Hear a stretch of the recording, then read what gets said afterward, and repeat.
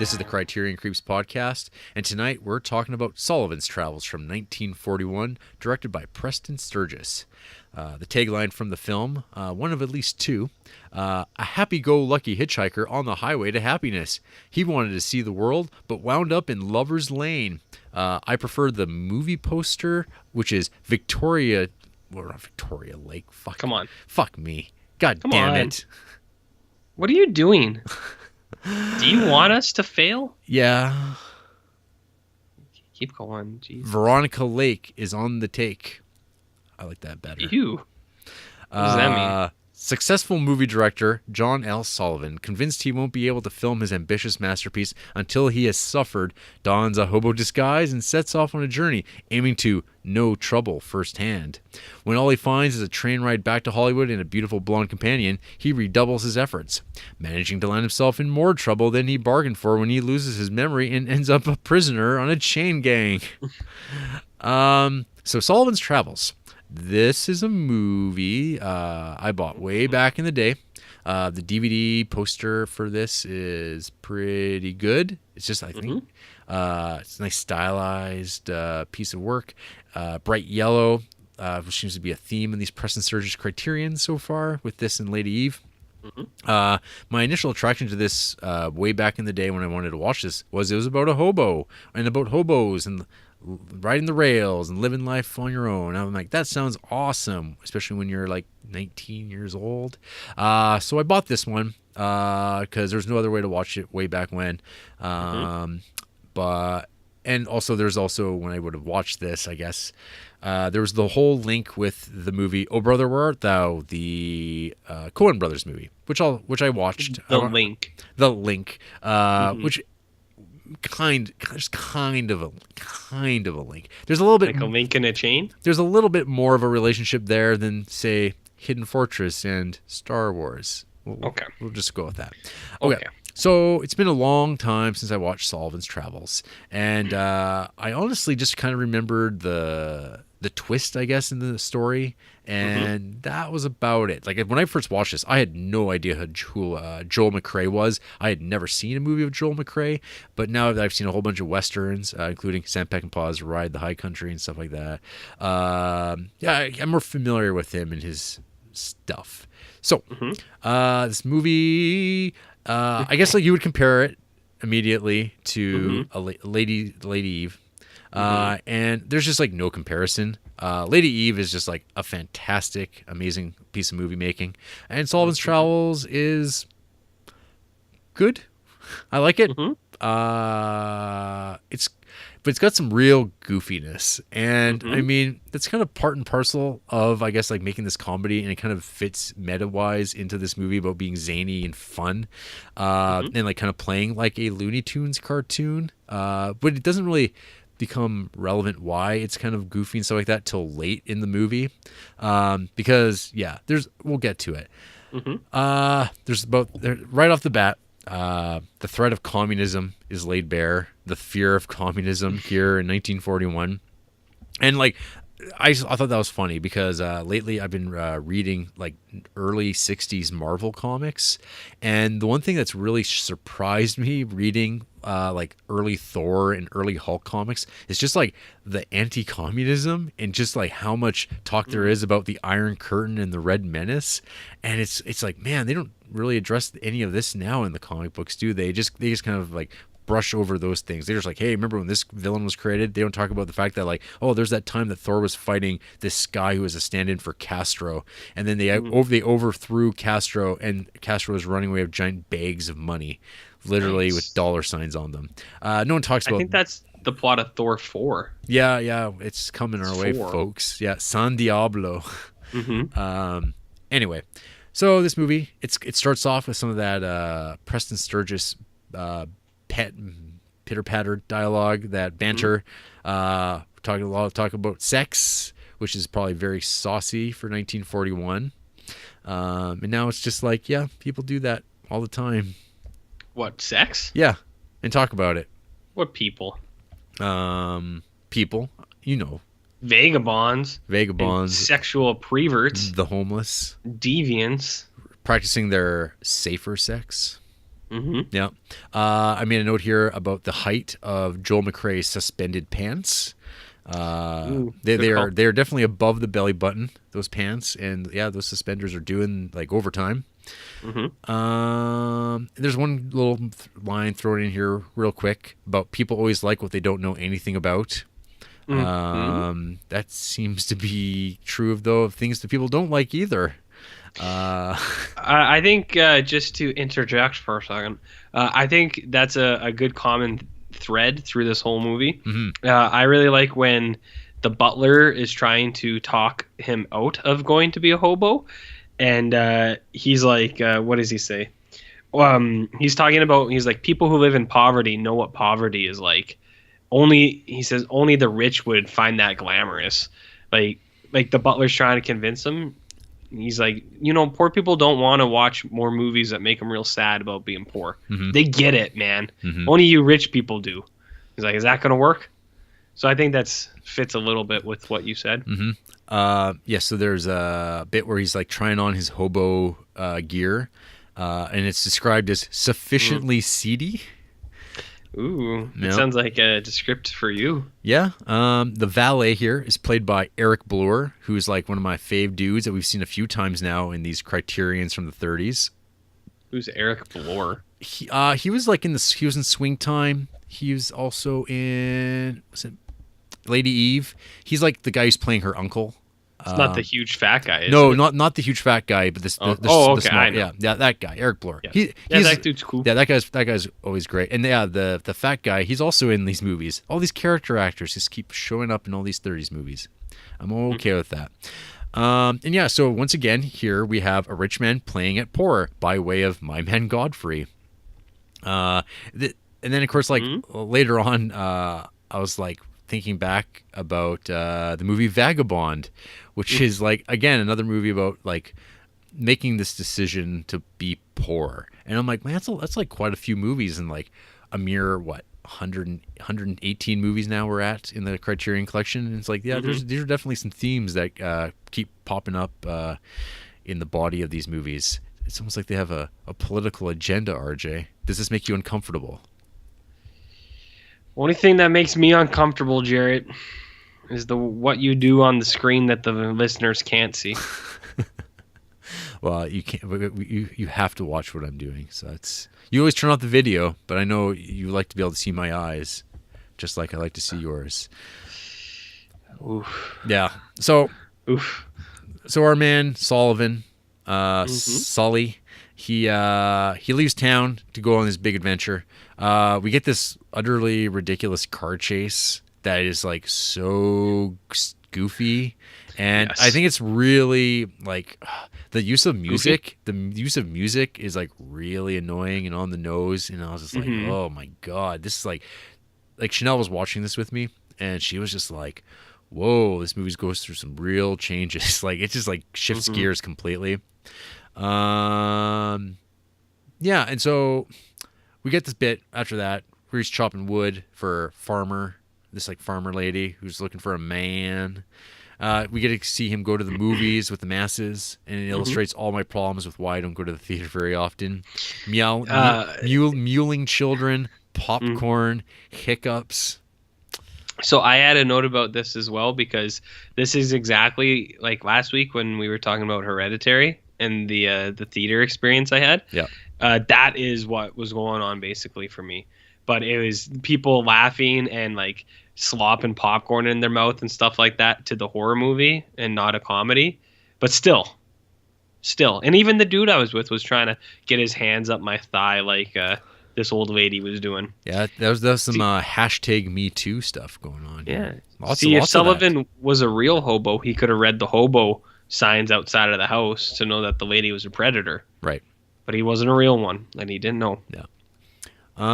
Indeed. So we get a little bit of torn pants humor, and everything winds up going back to Hollywood.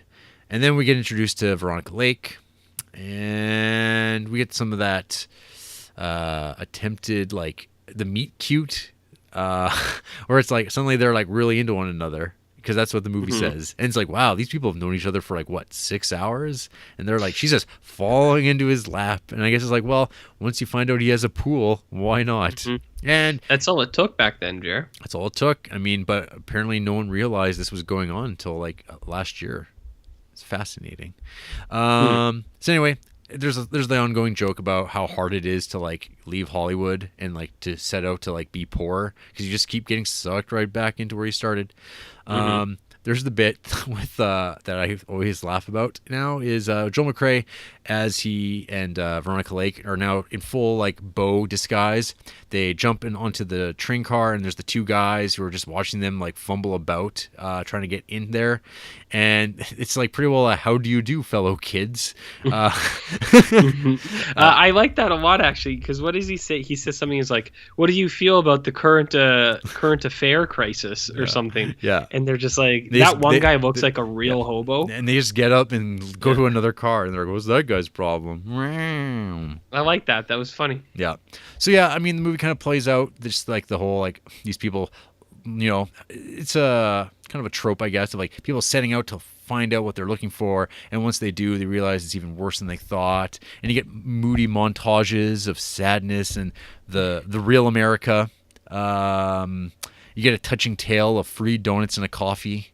It's like, it's got some punch to it, because you're like, wow, that was like a genuine, like, nice moment. You don't usually get those in movies or in life, so it's nice when that gets created. And yeah, there's like that montage of the stricken and downtrodden, and then there's the use of the music. Once again, not my favorite in this movie. And yeah, then you get the second part of the movie with, you know, shoe stealing Beau man knocking out a man because he's handing out those $5. He's gonna cash in, and then it turns into a jail movie about fucking being on the chain gang, getting whooped, and then everything works out okay. RJ, what did you think of this travel? This Travel by F.P. Sullivan. Yeah. Well, as you know, I don't like movies with the rich people. Because I can't sympathize for them. But as you also know, I like this Preston Sturges, that Lady Eve. That was good stuff. That was real good stuff. I was going in this, I was like, a guy wanting to be a hobo. It's like My Man Godfrey. I didn't really like that movie at all. That movie actually made me really mad. So I was like, I don't know if I'm going to like this thing. Also, the screwball comedy. It's been hit and miss so far. I think it's 50-50. 2 of them I've liked, 2 of them I haven't liked. I think the trick, Jarrett, is that Preston Sturges needs to direct it, because I actually did like Sullivan's Travels. I thought it was pretty good. Woo! I don't think it's a country mile from Lady Eve. Yeah. But I did like it. I made Andy watch it with me. Made? She, okay. She watched Lady Eve with me, and she liked it a lot. And I was trying to convince her. I was like, I think this is going to be an Andy pick. And she's like, really? Is this really going to be an Andy pick? And the reason she said that was because the last couple, I said that to her too. Because I read, like, I don't know that much about these movies, but I read them. And I was like, oh, I think this might be an Andy pick. So I showed her, like, Magnificent Ambersons. And I think she lasted, like, 15 minutes. And she's like, I'm out of here. And I was like, oh, shit. And I showed her, what was it? I don't know. One of the other fucking movies we watched. One of those other things. So anyway, she's like, your call on Andy picks isn't so sharp. And I was like, oh man. Do you even really know her? I apparently not. But I showed her this, and she liked it as well. I think this movie works on a few levels. I agree with you, where it is a little too goofy at some times. And it's like, I kind of, like you said, once you get to the end, you're like, oh, okay, I get it. I see what they're trying to say here. It is a little goofy at some points, and there are some points that I think lose you a little bit. Like the car chase is definitely one of them. It's like fun, and you're like, oh, that's funny, but it does. Man, like it loses you. Part of the thing too is like, I don't know, you probably haven't watched like any of like the Buster Keaton like car chases, and those things are like amazing, because it's all him doing his own stunts, and it's like continuous camera movements, and they're like these like elaborately planned like stunts, and they're incredible. Like you can just watch and be like, holy shit, how did he survive this? And here though, they're just like edited, smashed up, like they're exactly what you expect, because it's like, oh, we're not like, no one's gonna put their neck out to like risk stuff like Buster Keaton would, but like they're so well executed, and so like watching something like that's so jarring and goofy and kind of slapsticky compared to like this like technical marvel of stuntsmanship, it's just kind of like oh, and then you have this like annoying over the top music over everything. It's just kind of like, yeah, I wish this kind of wasn't here. But it's like some people will probably think this is like the funniest fucking thing they've ever seen in their lives. I would have thought you would have said that because you're an old man and you have old man humor. Yeah, well, because you know, it's like in the like Bank Dick has like one of those like has that ridiculous like big car chase at the end of it. That is also that like, one's fun. It's okay, but at the same time, it's like it's so like I like when it feels reckless. It's like I like everything in my life. I like recklessness and real danger, palatable threat. Yeah, I understand, but no, yeah, like. I get what you mean with some of those parts. I think more or less. So the story itself, I can get on board with because I was like, yeah, it's not quite like the My Man Godfrey, where I was like, I don't like any of these people. Because Sullivan, he is a rich dude, but you're like, well, he's trying to do the right thing, I guess, a little bit. And then you meet the saucy girl, Veronica Lake, and she's just kind of there for fun too. And you're like, okay, so it's not. I don't find it as off-putting as the other rich people movies. By the way, that Veronica Lake, we were watching, and I was like, this lady has like a really unique look. I was like, she looks like and I couldn't quite put it to words. And Andrew's like, well, she looks modern. And I was like, what do you mean? She's like, well, this lady looks like she's just from today, like the way they have her, kind of like her face, and she's all dressed up. And she's like, do you know this lady? I think it is a model or something. Her name is, I wrote it down, Bella Hadid. And I was like, I don't know her. Andrea made me a side-by-side. I'll put it out on the Instagram later. They do look pretty similar. Very, like, it's something about, like, the eyebrows and eyes in certain poses. And I was like, yeah, I guess. So she called that one pretty good. I was like, nice. She does this a few times. Her most ruthless one was comparing Jessica Chastain to Jared Leto's Joker. I have a side-by-side there. It's kind of mean, but if anyone wants it, you can email us at the Criterion Creeps at gmail.com, and I'll send it to you. What was I talking about? Yeah, so I'm on board with these guys. I really like the way Preston Sturges films his screwball comedy things, like this sharp, quippy dialogue, which is something. It's like I was saying, I'm kind of 50-50 with these, whether I'm gonna like them or not. And I did like this one. There's a scene where he's talking to the other movie producers, and he drops now I'm just like I might just be a small time employee movie producer in this big lot, and it's stuff like that. But then there's the real fast back and forth, and I like that. I think it's pretty cool. There's a lot of good one-liners in this, where there's the one where the guy, I can't remember what they're talking about, but he's like, ask him how his daughter is on the phone, and I thought that was really funny, just because it's like an old pervert joke, and I was like, oh yeah, that's good stuff. The dialogue is pretty funny. I like some of the other like just kind of physical bits. I think those are good. I actually thought the music segments at the end were good, when they're living those hobo montage life, and you just see it's like, oh shit, but they're actually kind of getting taken care of. And I was like, oh man, I guess they kind of treated homeless people a little bit better back then.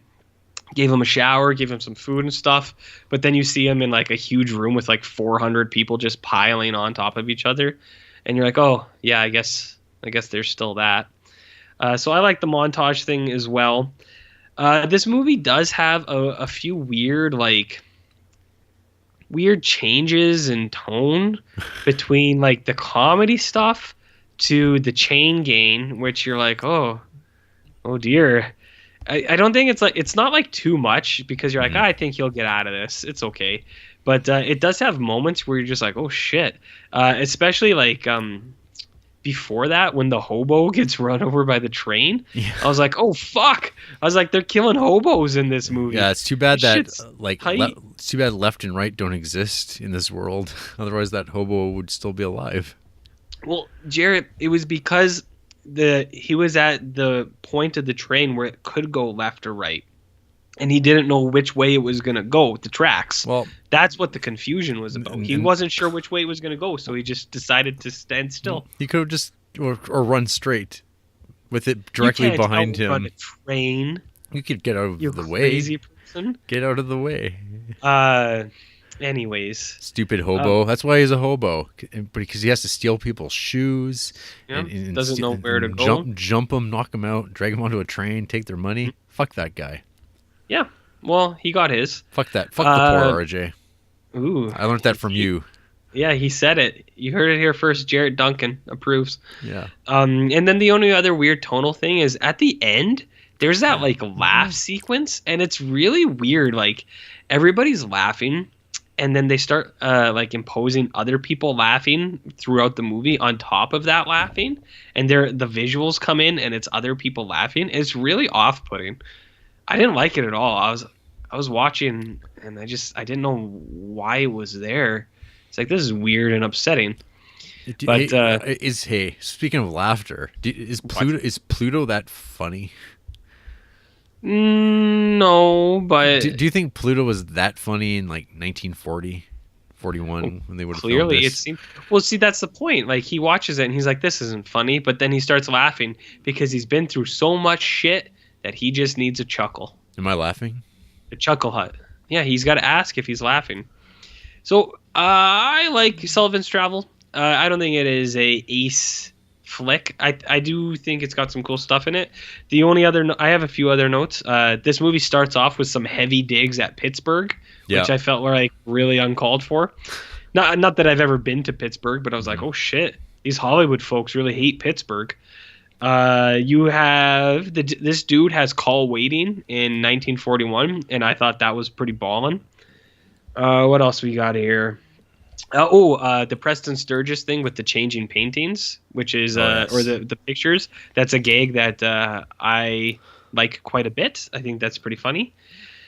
Someone says deep dish movie in this movie, and I thought that was really like I don't know. I wrote it down. It must have left a mark on me. And the only other thing I had to talk about was these guys are drinking coffee in this movie, and there's a scene where it's like when he first meets the lady, they're drinking coffee, and they leave the spoons in their mugs. I thought that was... What are you doing over there? I was flipping my book. Why? Could you hear that? Yeah, it sounds like you're moving. No, I was just flipping my book. Okay. Anyways, these guys drink coffee with the spoons left in their mugs, and I thought that was a really weird, like it really stood out with me. I was like, that's such a weird thing. You never see people leave spoons in their coffee mug. I wonder why they did that. I wonder why they did that, Jarrett. Why did they leave their spoons in their coffee mugs? Did they actually drink? They were drinking out of it. Oh yeah. Go to this scene when he first meets Veronica Lake at the diner and she buys him a coffee. They both drink out of their coffee mugs, and they both leave their silver spoon in the coffee mug. Stomp. Is that weird? I don't know. My point, Jarrett, is that it was distracting because I was like, why did they leave their spoons in their coffee mugs? You never see this. Yeah, I don't know. It seems like it would just make drinking coffee a lot harder. Well, that's what I'm saying. I don't know. Maybe someone else has input. If you're listening to the show, let us know. Yeah. Do you leave your spoon in your coffee mug? Are you weird? Are you weird? Oh, it's a weird thing. I'm looking at it. I'm looking at a screen cap right now of her drinking coffee with a spoon in it. That's a pretty big mug, and it looks like she has to keep her thumb on the spoon to control it. Yeah. Yeah, I know. Maybe they didn't. Did they have saucers? Who gives a shit? You know what? I never have a saucer, and I always just put my spoon right on the table. Well, maybe there was a bit more respect. They didn't want the moisture to go into that wood. You put a napkin down. Maybe a serviette. Hey, napkins are expensive. I guess this was during wartime. I mean, coffee cost a dime. Can you imagine what a napkin cost? I don't know. Oh, there's a really funny sign in that diner, or I think it's the next diner, where they say it says pork ham or something like that. Mm-hmm. It's like, get your pig ham here. I just thought it was funny that they had to classify that it was like pig ham. Yeah. Is there other kinds of ham? Not that I'm aware of, but I'm sure there's like possum ham or something like that. Something horrible. Well, if you don't have any ideas for the banner for this episode, you could do that pig ham sign. Or, whatever you want. Or whatever. Or the spoon in the coffee mug, whatever. I'll just ignore your suggestions like I usually do. As normal. Yeah. So yeah, I thought Sullivan's Travels was pretty good. I don't know. I don't have a ton more to say. It's not Lady Eve, but I liked it a lot more than My Man Godfrey. That piece of shit. And Vagabond. Come on. You and your digs. You and your cheap digs. Whatever, man. I'm the only one who tells it like it is.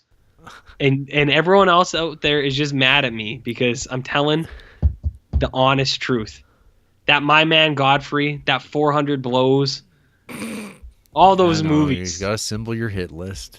Well, yeah, I got a hit list, buddy. You carry around all this hate in your heart. I mean, my shit list of movies. To what end? To what end?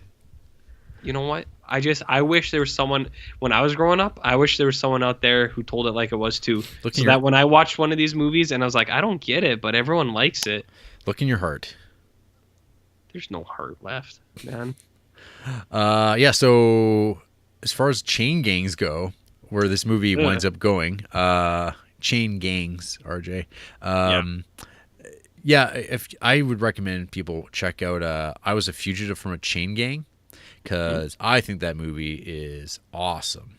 And I think it gets more to the horrible injustice and I guess messed upness of like the South and its chain gangs back in the 30s. That this movie obviously was also touching upon too.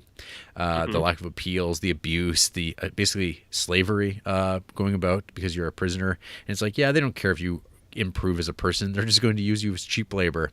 So that's always like one that just like, whenever I see it in that and this Cool Hand Luke, all those types of movies, or Oh Brother, Where Art Thou, which I'll mention. So the movie that old John Sullivan's trying to research and make his big Capra-esque ode to humanity. The Coen brothers wound up making kind of in 2000 when they made the movie Where Brother, Where Art Thou, which I guess it gets its title from this movie that never gets made in Sullivan's Travels.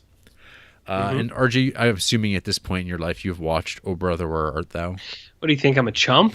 Well, I mean, I don't know. You are, but yeah, but not that big of a chump. Okay, so you've seen this movie. I've seen some Oh Brother. It's got my man John Goodman in it. It's America's Sweetheart. Yeah, when he was quite blimpy. Of course I've seen that shit. Before the thinning. So I watched this movie for the first time in quite a while. I'd seen this thing in theater. I love the Coen brothers. I think this movie's like good, but I don't like it's not like it's not in the top tier of Coen's. But watching it again, it still holds up. Like it's pretty well made. It's got so many great actors, great moments. There's like coming upon scenes. I'm like, oh yeah, it's this shot. And sure enough, John Turturro is like just knows how to work that camera to the best of his abilities.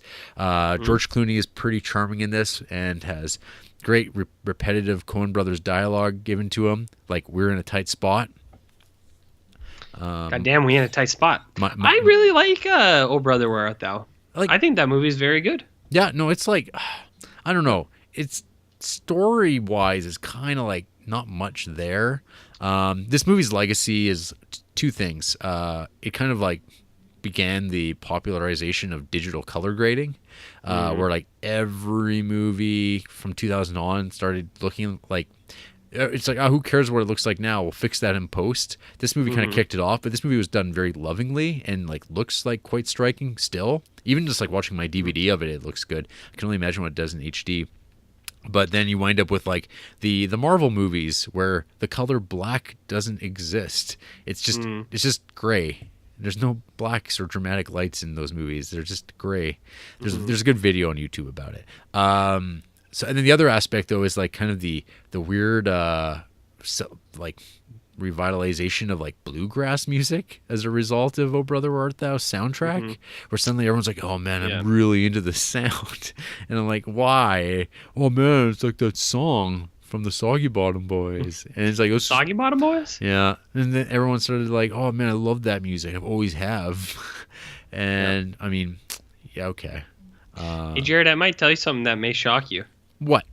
I think this is for the Coen Brothers. This is my number 4 spot. Oh Brother Where Art Thou? What? I'll let you fill that up with what you think it is, but I actually really like Oh Brother Where Art Thou. It came out right at the right time for me. You know, it was right at the right time, man. I thought this shit was really good. I haven't watched it in many years though, so I don't know. I don't want to revisit it and ruin it for me. Well, I'm sure you'd still like it the same. I don't think the movie's changed that much for a viewer. What's your what are your? This has nothing to do with Sullivan's Travels, but but none of us have seen enough Preston Sturges. But what are your top 5 Coens? Top 5? Yeah. Can I give them to you in no order other than Oh Brother? Sure. Is that 4? Yeah. What are your top 3? No Country, Big Lebowski, and it's hard to say between Fargo and Raising Arizona. Oh, Fargo. I know, but I actually like Raising Arizona quite a bit too. So, I mean, that's... Because it's got Nicolas Cage and Jonathan Goodman. Fucking right it does. Jonathan Goodman. John Goodman. Hey, man, the Connors is coming. I heard Sans Roseanne. Yep. Man, we're way off topic today. Way off topic. This is a preamble talk here. Yeah, dangerous territory. You got anything more to say about that Oh Brother Where Art Thou? No. I mean, yeah, I'm digging these Preston Sturgeses. I'm looking forward to when we get to Palm Beach Story, which I think's quite a ways away. But we'll get there one day. And if not, we'll just wind up watching the movie anyway, because it's pretty good. Oh, we'll get there. Buddy. What spine number is Palm Beach Story? Let's take a gander. I don't know, like 800? 742. Jeez. So we're not going to get there. 600 weeks or so from now. When do you think you're going to tap out and call her quits on this show? I know when I will, but I mean, when do you think you're going to? We'll leave that in the hands of God. Like any good God-fearing man. For he is great. He is great, and he is bountiful, Jarrett, much like our podcast. Yep. Exactly. And you can buy ad time right here. That's where I would have dropped in a hot ad if we had any sponsors. Well, RJ, some people hate this movie. Yeah, I could bet. Some comments here. One from Matt Brosgy. I think the lowest rating of the movie on Letterboxd. 1.5 star. Boring and lost my attention. No, this movie's not boring. No, yeah, it's not. It really isn't. I'm a little behind. I forgot to go to the reviews to catch up, buddy. I'm catching up. Sha Wujing gave this. Excuse me. Sha Wujing gave this 2 stars. About as good as it gets for 1940s American cinema, but still leaves something to be desired. The best thing about the whole film was the black preacher's voice near the end. Okay, I have something to say about that lady, this person after. I want to go back to Matt Brosey. Yeah. I know why this guy hates Sullivan's Travels. As I mentioned, Sullivan's Travels has heavy digs at Pittsburgh. You know where this guy's from? Pittsburgh, Pennsylvania, baby. Whoa. Pittsburgh, Pennsylvania. His 4 favorite films, 2 Chris Nolan movies, The Revenant and La La Land. Ooh. Ooh, baby. This Jia Wujing has Seven Sam, Pulp Fiction, Spirited Away, and The Empire Strikes Back. This crazy bastard also just gave Sweet Smell of Success 2 stars. Oh. So this person's they gave Qui-Gon 5 stars. Oh. What a joke. What a joke. Sebastian Butt. Ooh. That's nice. I like that. 2 stars. a very confused picture, because when you say that, you're a cut above the rest. A very confused picture about what exactly it wants to say about poverty in America. Ultimately, the only thing it can make up its mind on is that making people laugh is good, which doesn't say much of anything at all. This guy has some interesting opinions. One of his favorite movies is Martin, the Blood Lover, from Mr. George Romero. Yeah. And also one of your favorite movies, Unforgiven. What the hell? What the hell? And sea bass? they look like they would be in line with our particular tastes. Ooh, this person gave Hereditary 2.5 stars. Ooh. And Shape of Water, a 0.5 star. Whoa. This person's all over the board, my man. Man, wild card. Yeah. The Hereditary review's too long for me to read. Yeah, so, but fine. Anyways, Okay. Sebastian Butt, that's a sweet name. Yeah, I thought you might like that. Well, that's it. This movie's good. Yeah, it is. After the break, I'm going to cave RJ's head in, dump him on a train, but I'm going to go left, and I'm not going to be run over, and I'm not a hobo, so life's looking pretty good for me. Better men have tried, you chum. Enjoy jail, you son of a